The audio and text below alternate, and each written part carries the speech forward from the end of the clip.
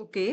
अभी तक हमने देखा कि जो पार्लियामेंट्री कमिटीज हैं वो किस तरह की हैं। कुछ हमने देखा एडहॉक कमिटीज हैं, कुछ जो है वो परमानेंट भी हैं, जैसे कि फाइनेंशियल कमिटीज हमारी जो हम अभी डिस्कस कर रहे हैं, जिसमें हमने PAC public accounts committee discuss कर लिया और अभी estimates committee, committee on public undertakings भी अब हम डिस्कस करेंगे।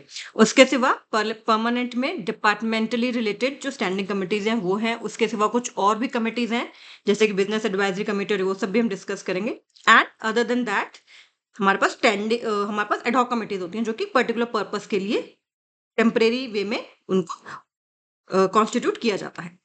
अब हमने अभी तक पब्लिक अकाउंट्स कमेटी हमने पढ़ लिया, उसमें सब कुछ देख लिया हमने क्या क्या उसका काम है। एंड वो सेमी ऑटोनॉमस ऑटोनॉमस के लिए भी वो काम करती है, जितने भी डिपार्टमेंट्स के under autonomous semi autonomous institute है उनके लिए भी देखती है, सो ऑन। अब हम देखते हैं कि committee on estimates, 3 financial committees हैं। एक हम कर चुके हैं पीएसी, एक अब हम 2 जो बाकी बचे हैं वो अभी हम करेंगे, कमिटी ऑन एस्टीमेट्स और committee on public undertakings. Committee on estimates का अगर हम ओरिजिन की बात करें तो ये 1921 से, बिफोर इंडिपेंडेंस इसका भी ओरिजिन है। पोस्ट इंडिपेंडेंस ये सबसे पहले कब बनी थी? 1950 में, on the recommendation of then finance minister mister John Mathai. उस समय मिस्टर जॉन मथाई जो थे वो फाइनेंस मिनिस्टर थे, उन्हीं की रिकमेंडेशंस पर ये कमेटी 1950 में कॉन्स्टिट्यूट की गई थी। अब इसकी कॉम्पोजिशन देखिए, इसमें ये इंपॉर्टेंट बात है याद रखने वाली। एक तो इसमें 30 मेंबर्स होते हैं, सभी लोकसभा से होते हैं, सभी लोकसभा से होते हैं, यानी कि सारी पार्टीज को रिप्रेजेंटेशन इसमें मिलती है। इलेक्शन कैसे होता है मेंबर्स का? इलेक्टेड होते हैं, प्रोपोर्शनल रिप्रेजेंटेशन, वही सिंगल ट्रांसफरेबल वोट से जो पीएसी में भी हमने देखा था। क्योंकि लोकसभा के हैं सारे मेंबर्स तो राज्यसभा की कोई भी रिप्रेजेंटेशन इसमें नहीं। एक इंपॉर्टेंट बात इसमें ये भी है कि जो मिनिस्टर्स हैं यूनियन गवर्नमेंट में जो मिनिस्टर्स हैं, they can not be the members, क्योंकि एस्टिमेट कर रहे हैं, जो बजट में एस्टिमेट्स हो रहे हैं, जो खर्चे की बात हो रही है उसकी बात हो रही है, तो उन्होंने ही एस्टिमेट्स दिए हैं, उनकी मिनिस्ट्रीज ने ही। और अगर वही मेंबर होंगे इसका तो वो एक्चुअली कॉन्फ्लिक्ट ऑफ इंटरेस्ट हो जाएगा, इसीलिए वो मेंबर्स जो यूनियन मिनिस्टर्स होते हैं वो मेंबर्स नहीं होते हैं। जो मेंबर्स इलेक्ट हुए उन्हीं में से स्पीकर जो है उस चेयरमैन को उस कमेटी के चेयरमैन को अपॉइंट कर देंगे। जो 30 मेंबर्स इलेक्ट हुए उनमें से एक मेंबर को स्पीकर अपॉइंट कर देंगे, और वो हमेशा रूलिंग पार्टी का ही होता है। ठीक है, वो हमेशा, जैसे हमने पीएसी में देखा 1967 के बाद से ऑपोजिशन पार्टी के ही चेयरपर्सन होते हैं, लेकिन यहाँ पे हमेशा रूलिंग पार्टी का ही होता है, क्योंकि ऑब्वियस सी बात है, खर्चे की बात है, एस्टिमेट्स की बात है, कौन सा खर्चा कहाँ हो रहा है, तो दूसरी पार्टी से गवर्नमेंट नहीं चाहेगी। आगे देखिए इसके फंक्शंस क्या हैं। फंक्शंस क्या है? सबसे पहले तो एग्जामिन करना है बजट एस्टिमेट्स, एनुअल बजट भी प्रेजेंट होता है, ठीक है, कि किस तरह से कितना खर्चा हो रहा है एंड ऑल दैट।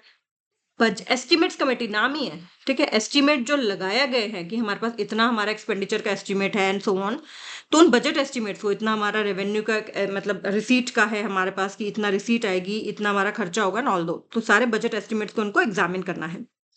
फिर साथ साथ इंपॉर्टेंट है कि ये सजेस्ट भी कर सकते हैं वेज किस तरह से अननेसेसरी एक्सपेंडिचर को कम किया जाए। तो ऐसा नहीं है कि सिर्फ एग्जामिन करना है और कुछ सजेशन नहीं दे सकते, सजेशंस भी दे सकते हैं। सजेशन दे सकते हैं कि कैसे इंश्योर की जाए इकोनॉमी और एफिशिएंसी, ठीक है, जितने भी मिनिस्ट्रीज हैं, जितने भी डिपार्टमेंट्स हैं, ज्यादा एफिशिएंटली काम करें, ज्यादा इकोनॉमिकली काम करें। एंड एक बहुत इंपॉर्टेंट पॉइंट जो है, बहुत ही ज्यादा इंपॉर्टेंट, वो ये है कि वो सजेस्ट कर सकते हैं पॉलिसी ऑल्टरनेटिव्स। ठीक है, पॉलिसी ऑल्टरनेटिव सजेस्ट कर सकते हैं कि इस पॉलिसी में एक तो चेंजेस तो थोड़े थोड़े पार्शियली भी कर सकते हैं और भी कर सकते हैं। तो ये इनके पास बहुत इंपॉर्टेंट पावर है कि ये पॉलिसी ऑल्टरनेटिव्स जो है उसको सजेस्ट कर सकते हैं, इंप्रूवमेंट्स जो है वो रिकमेंड कर सकते हैं। ये क्या नहीं कर सकता वो इंपॉर्टेंट है जानना। एक तो ये एग्जामिन नहीं करता अकाउंट्स, क्योंकि वो तो पीएससी करता है अकाउंट्स को एग्जामिन, ठीक है। अभी हम आगे बढ़ेंगे, कमिटी ऑन पब्लिक अंडरटेकिंग्स, उनका काम है पीएससी उसको एग्जामिन करना, तो वो ये भी नहीं कर सकता। और अच्छी बात क्या है, जैसे पीएससी हमने बोला था पोस्टमार्टम वर्क करता है, खर्चा हो गया उसके बाद देख रहा है, लेकिन estimates committee before the money is spent, basically इसको, क्योंकि ये थ्रू आउट द ईयर कुछ ना कुछ ये चलता रहता है इनका काम, तो इसलिए इनको हम कंटिन्यूस इकोनॉमी कमेटी भी बोलते हैं, कंटिन्यूस इकोनॉमी कमेटी भी बोला जाता है। और ये हर समय इनका काम चलता ही रहता है, लेकिन ऐसा नहीं है कि इनकी रिपोर्ट के बिना डिमांड फॉर ग्रांट्स जो है वो वोट अपॉन नहीं होंगी, ऐसा नहीं है, चाहे रिपोर्ट दें चाहे नहीं दें, लेकिन वो तो जो डिमांड फॉर ग्रांट्स होते हैं फाइनली उनके ऊपर वोट कर ही दिया जाता है। और एक ये भी बता सकती है, एक इंपॉर्टेंट पार्ट ये भी है कि ये सजेस्ट कर सकते हैं कि किस वे में, किस फॉर्म में एस्टिमेट्स जो है वो पार्लियामेंट को प्रेजेंट किया जाए। देखिए हर एक चीज का फॉर्मेट होता है। अगर आप में से कुछ लोग आगे ज्वाइन करेंगे मिनिस्ट्रीज डिपार्टमेंट्स, तो आप देखेंगे कि कितना टेक्निकल है, किस तरह से फॉर्मेट्स हैं हर चीज के, ताकि यूनिफॉर्मिटी रहे। हर डिपार्टमेंट, हर मिनिस्ट्री जो है सेम फॉर्मेट में देगी, तभी तो कंसोलिडेट करके एक डेटा बन पाएगा, राइट। तो ये सारी चीजें भी ये बता सकती है एस्टिमेट्स कमेटी की एस्टिमेट्स किस फॉर्म में पार्लियामेंट को प्रेजेंट किए जाने चाहिए। अब जो नेक्स्ट कमेटी है वो है कमिटी ऑन पब्लिक अंडरटेकिंग्स। नाम से पता चल रहा है पब्लिक अंडरटेकिंग्स के बारे में है। इसको रिकमेंड किया था किसने? कृष्णा मेनन कमेटी ने 1964 में। 1964 में इनको इसमें रिकमेंडेशन आया था, कृष्णा मेनन कमेटी ने दिया था कि एक ऐसी कमेटी होनी चाहिए जो कि पब्लिक अंडरटेकिंग्स में के बारे में हो। इसमें नाम से पता चल रहा है वर्किंग ऑफ पीएसयूज को चेक करेगी, ठीक है, एफिशिएंटली चल रहे हैं कि नहीं, साउंड प्रिंसिपल्स पे चल रहे हैं कि नहीं, एंड सो ऑन। इसकी कॉम्पोजिशन क्या है? 22 मेंबर्स, 15 लोकसभा से, 7 राज्यसभा से, elected every year, proportional representation, single transferable vote same है। Union ministers can not be members, union ministers इसमें भी मेंबर्स नहीं हो सकते हैं। चेयरमैन को स्पीकर, देखिए इसमें क्या है, मेंबर्स राज्यसभा के हैं, लेकिन चेयरमैन जो होगा कमेटी का वो स्पीकर अपॉइंट करेगा उन मेंबर्स से जो कि लोकसभा के। इन 15 मेंबर्स में से ही चेयरमैन होगा और उसको स्पीकर ही अपॉइंट करेंगे। अब फंक्शन क्या है? फंक्शन बहुत इजी है। Controller and auditor general PSUs पे रिपोर्ट देते हैं, उन रिपोर्ट्स को एग्जामिन करना, ठीक है। फिर उनकी एफिशिएंसी भी चेक करना कि क्या वो इकोनॉमिकली एफिशिएंटली चल रहे हैं, साउंड बिजनेस प्रिंसिपल्स के हिसाब से चल रहे हैं। क्योंकि जो पीएसयूज होती हैं तो वो तो एक तरह से है पब्लिक की, है गवर्नमेंट की, ठीक है, उसमें गवर्नमेंट का ही स्टेक जाता है, but they are actually business enterprises only in a way. तो ये चेक करना कि वो साउंड बिजनेस प्रिंसिपल्स के हिसाब से चल रही है कि नहीं चल रही है। उनकी जो ऑटोनॉमी उनको दे रखी है, उनको जो उनकी ऑटोनॉमी तो दे रखी है, तो उसकी वजह से अकाउंटेबिलिटी भी तो है ये, ठीक है। पार्लियामेंट को अकाउंटेबल तो वो है, तभी तो सारी रिपोर्ट्स पार्लियामेंट में ही ले होती हैं इनकी।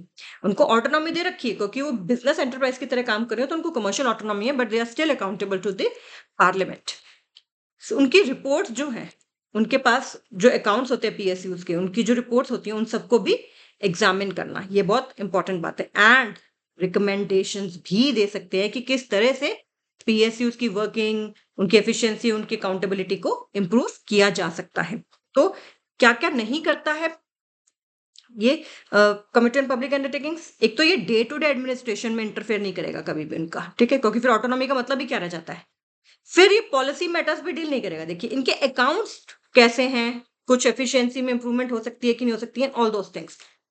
कुछ जो है वो पीएससी के पास होती हैं, कुछ पीएसयूज जो होती हैं वो ऑलरेडी पीएससी के पास होती हैं, तो जो पीएसयूज पीएससी के पास है उनको नहीं एग्जामिन करेगा, बाकियों को जो भी कहा जाएगा उनको किया जाएगा। इसके सिवा देखिए कई बार ऐसा भी होता है कि पीएससी के पास और एस्टिमेट्स कमेटी के पास कुछ फंक्शंस हैं जो कि स्पीकर इनको दे दे, तो ये उनको भी कर सकते हैं ये, ठीक है। तो ये हो गई हमारी कमिटी ऑन पब्लिक। तो बेसिकली हमारी अब तीनों फाइनेंशियल कमेटी जो है वो हो गई है, पीएससी भी हो गई है, एस्टिमेट्स कमेटी भी हो गई है, और कमिटी ऑन पब्लिक अंडरटेकिंग्स भी हो गई है। इसके अब हम आगे जो बात करेंगे वो अब हम बात करेंगे डिपार्टमेंटल रिलेटेड स्टैंडिंग कमिटीज की, ठीक है। उसके बाद जो अदर कमिटीज आएंगी फिर हम उनकी बात करेंगे। अदर कमिटीज में बहुत सारी हैं, बिजनेस एडवाइजरी कमेटी है, कोई प्रिविलेजेस पे है, कोई अकोमोडेशन पे, बहुत सारी हैं, ठीक है। तो उनके बारे में बात करेंगे।